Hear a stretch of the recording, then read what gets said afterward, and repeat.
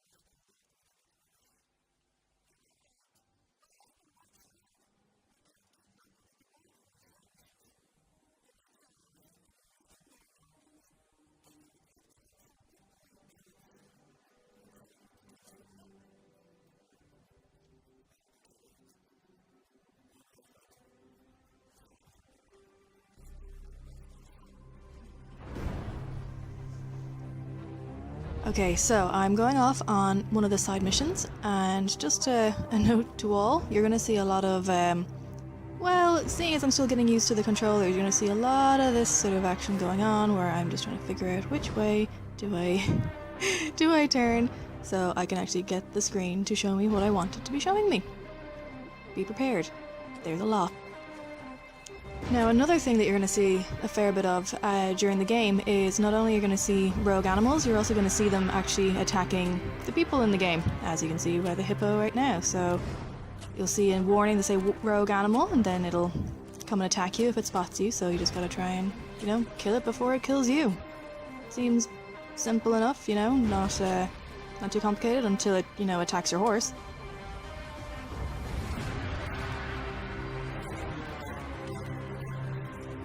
You just gotta slice them up. Ah, nice and good.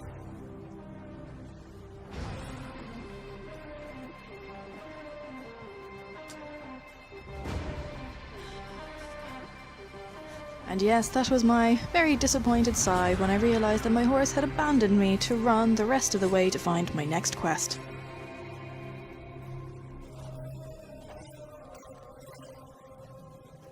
So the aim of this quest is to get items for the tanner, so you're looking for hyena ears, you're looking for vulture skulls and crocodile eggs.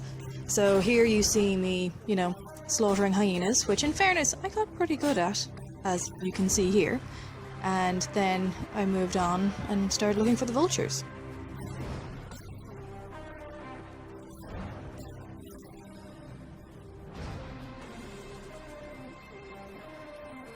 The vultures were probably the most difficult to kill of the bunch, mainly because, well, they fly around the place all the time and they're a bit more difficult to predict.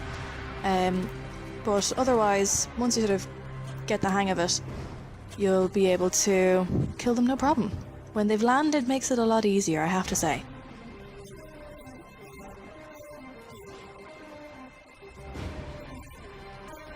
The crocodiles, on the other hand, very similar to the hyenas, you know, just keep hacking away until they die.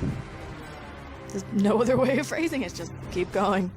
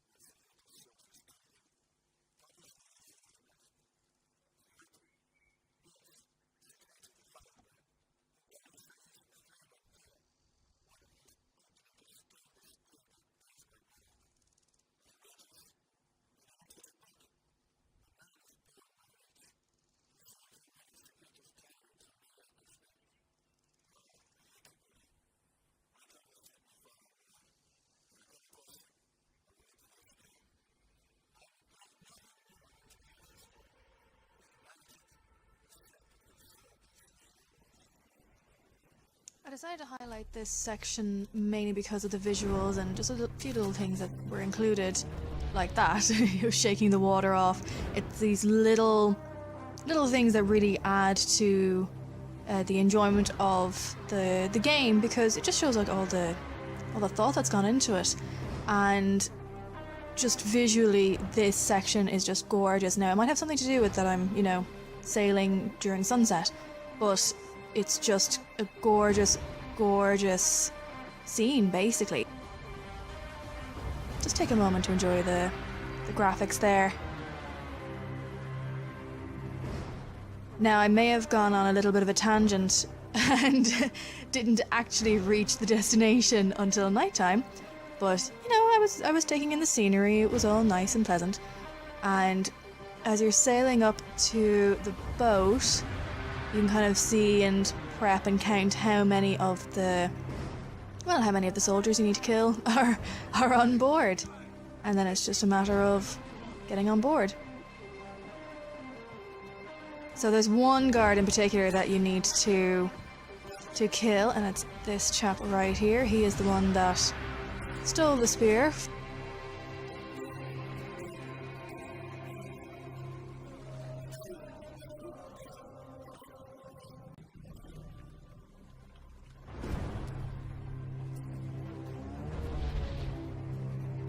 And then you just make sure that he's dead. And that is complete.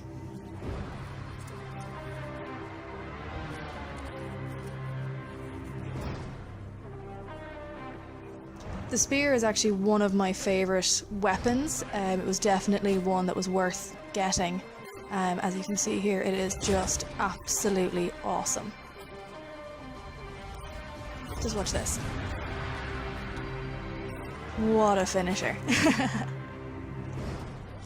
Another aspect that the Assassin's Creed games are more well known for than most would be their parkour that they include in the games. Now, I'm not as skilled as most would be at this aspect, but I learned how to scale a wall pretty well, as you can see.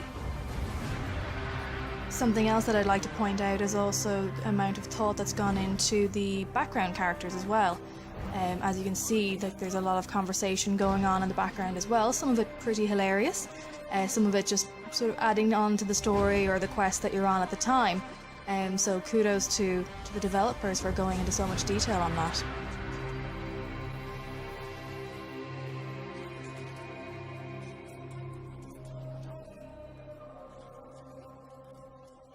I've included this section of fighting or battling, mainly because I just wanted to show just how effective the spear can be, mainly because this quest is actually recommended for someone of a higher level, but I feel that the spear really adds to your combat power, and well, as you can see, I was able to complete the quest in a minute. Hang on.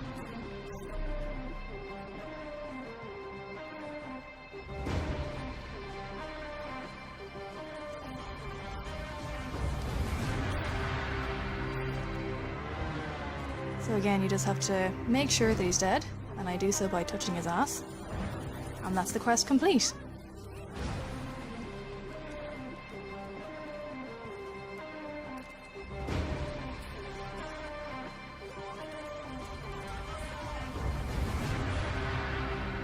Don't mind me, I'm just failing epically at getting her to talk to me.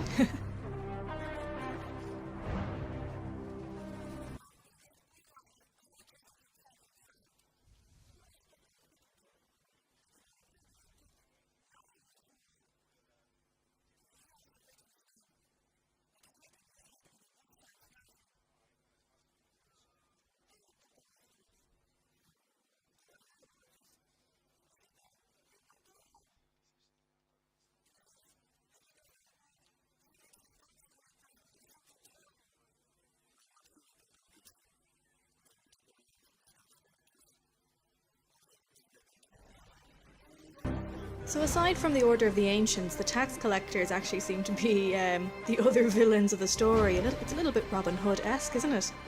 And again, just including this section, well, basically to show you what happens when it all goes wrong. Luckily, this actually only took me a couple of attempts, so Enjoy watching me fail epically.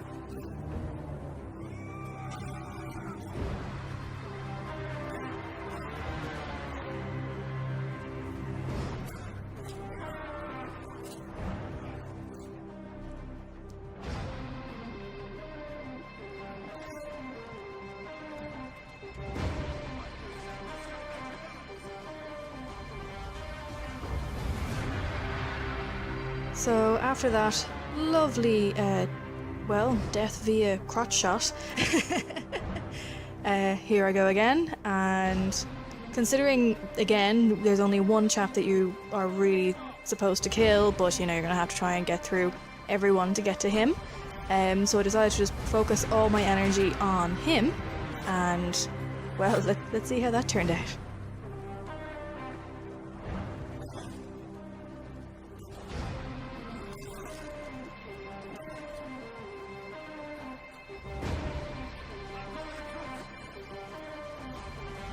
Yeah, don't worry, I'm not even sure what I was trying to even do there either.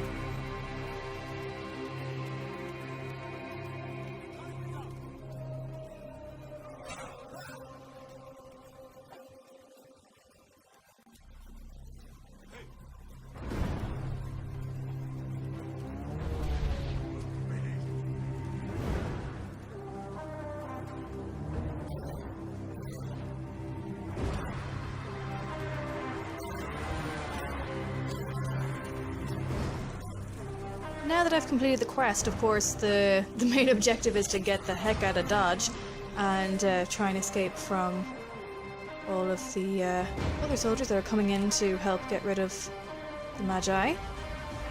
And, well, best option is steal boat, which is exactly what I'm about to go do.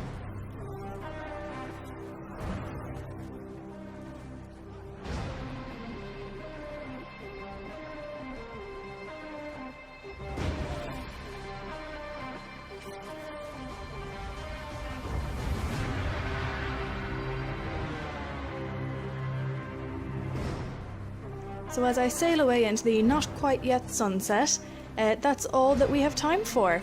Thank you very much for watching, I hope that you've enjoyed it, and keep an eye on geekireland.com for more information on all things Assassin's Creed Origins, and the game itself is released on October 27th.